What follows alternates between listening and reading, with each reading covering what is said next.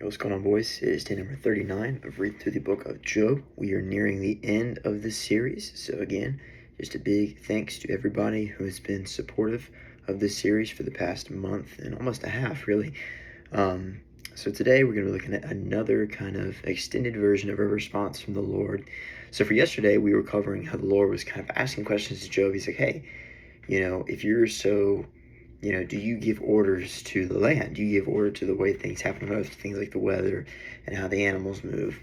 Well, today we're going to kind of look at the kind of extended version of that, to where God is going to actually give a particular animal species and be like, hey, does not this animal species do this action and this result happens? So he's actually going to give a couple examples of these animals, but I'm only going to cover two. And the examples that God gives the Lord gives in this chapter are a doe, which is a female deer. He is a donkey, an ox, an ostrich, and I believe he is an eagle and a hawk. So, but we're only going to be covering the ones about the ox and the ostrich. So first, with the ox, we're going to look at verses 9 through 12, where the Lord says, "Will the wild ox consent to serve you? Will it stay by your manger at night? Can you hold it to the furrow with its harness? Will it till the valleys behind you?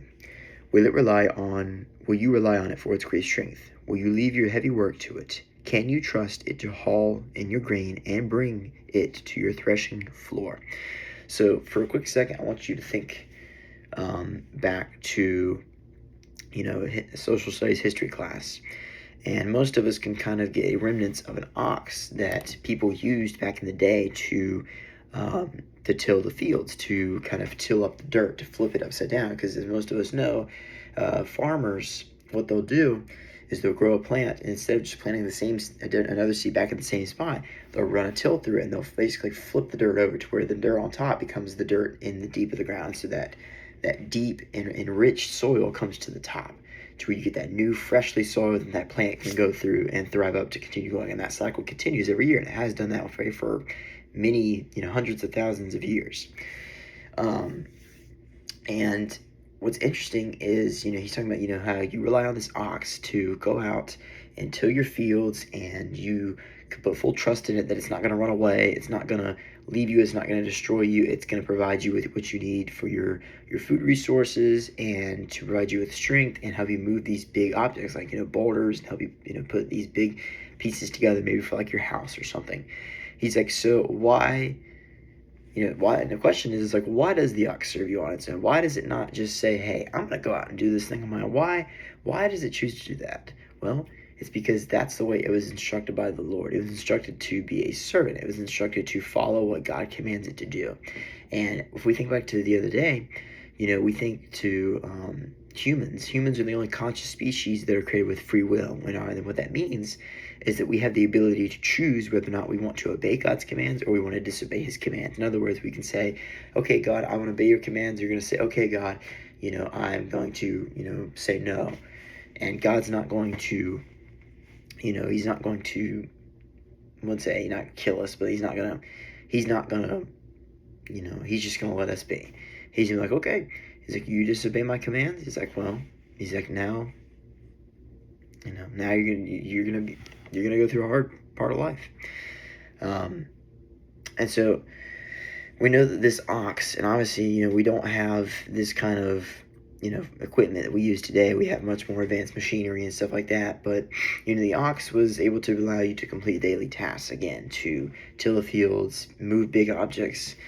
And so another question that kind of develops is, can you expect it to do the job if it has always done so? In other words, it says, this ox has been with, let's say you've had an ox for a long time, and you start kind of getting curious, like, well, maybe you've heard rumors about, other people have lost their oxes, or their equipment's not, doing very well, or their crops aren't doing very well, and you get thinking, it's like, well, is this ox going to continue to obey me? Is this ox going to continue to provide for me and my family because I rely on it? Because if it doesn't, we'll starve and we could die.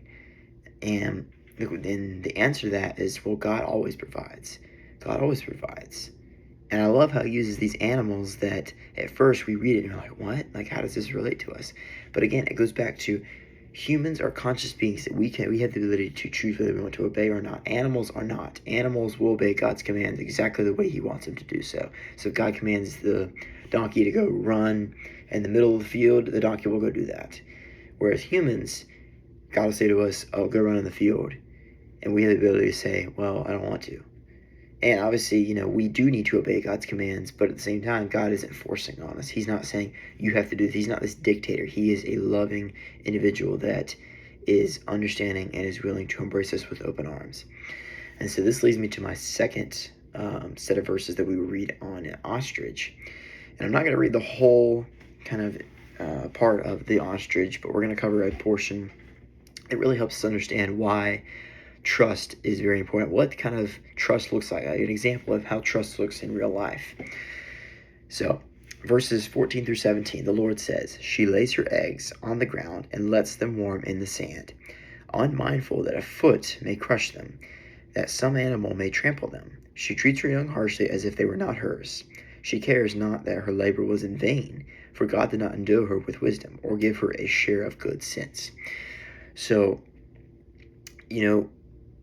if you've ever seen an ostrich egg, which I have not, but Google it and you'll see these eggs are just massive, these big eggs. And I think they're the biggest, ostrich is like the biggest bird. It's a flightless bird.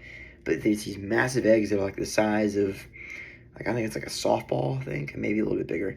But, most of us know these are these eggs that are like hard as a rock and that, it's really hard to break them open. And that, some animals could walk by, and being that they're just there, they could happen to walk right over them, and then some animals could take them and eat them, or some animals could just walk right over them and crush them. They're done. And so it's like, why would the ostrich just leave them there? Just not minding? Like, does she not want to keep them in a safe place, like small birds do, like a cardinal or a blue jay? Like, do they not want to keep them in somewhere safe? Obviously, that big of a bird can't get in the tree, but keep them somewhere that's a little bit more protective. And it's like, well, she doesn't do that.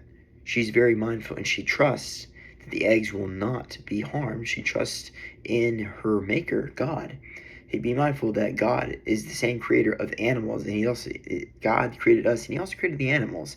So just because, animals look different from us, and they have different, structures on their face, or they walk on four legs, God is the creator of it all. God created all of us.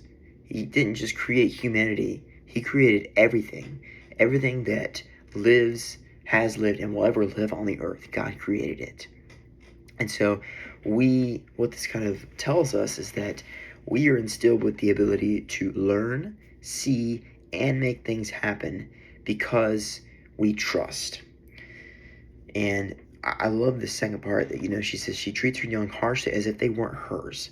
So in other words, this is kind of a representation of discipline, saying like she is treating them very harshly, not because she hates them, but because she wants them to learn from the challenges of the world. And that's the same way that I could probably guess that a lot of our parents raised us, that there was things that were told to us that we didn't like, and things that we, thought that, sucked growing up. But the older we get, we start to realize, that wasn't that bad. And then you start to look out into the world and you see things for, the way they are, how other people are raised. And it's not trying to compare yourself or say that you're better than someone else. It's saying like, okay, well, that's the kind of person I would have been if I didn't have this discipline. Or I would have been here, I potentially could have been really down low, but I obeyed and I didn't sit there and beg. Yeah, it would have been nice to have this cool technology or go to this cool place, but I have everything that I need. God is my sole provider. Like, why do I need all this? Like, everything here is temporary. Like, I have God. Like, I obey my parents. My parents have been supportive of me, and that's the same thing to this ostrich connection. So, again, it may sound weird connecting ostrich to human life, but I do believe that that's how the Lord is connecting, saying, hey, the Lord instills his creatures not only to follow his commands, but to trust that God will come through and place many great things in our lives, to trust that these eggs won't be harmed, to trust that this person won't come off and be violent, or that you won't have to go through this conflict. So who's to say that God can't deliver. God can't provide you through these tough times. It's not our job to govern, what other animals do. They're already told what to do by God and they obey it. It's our problem. We're the ones that are misleading it. And all we have to do is take a step back and realize, okay, how can I be like them, the animals? It's not like you have to go live like one, but it's like, how can I follow into obeying God's commands without hesitation, without saying, I don't know, or can I see a manual on that? No, it's you are following his commands without hesitation. God says, hey, do this. You say, yes, yes, yes, Lord, I will do that. That's what it means for true trust and obedience. And that is the end of today's word. I hope that you guys have a great Friday and a great weekend. And I hope to see you guys very soon. Peace out, boys.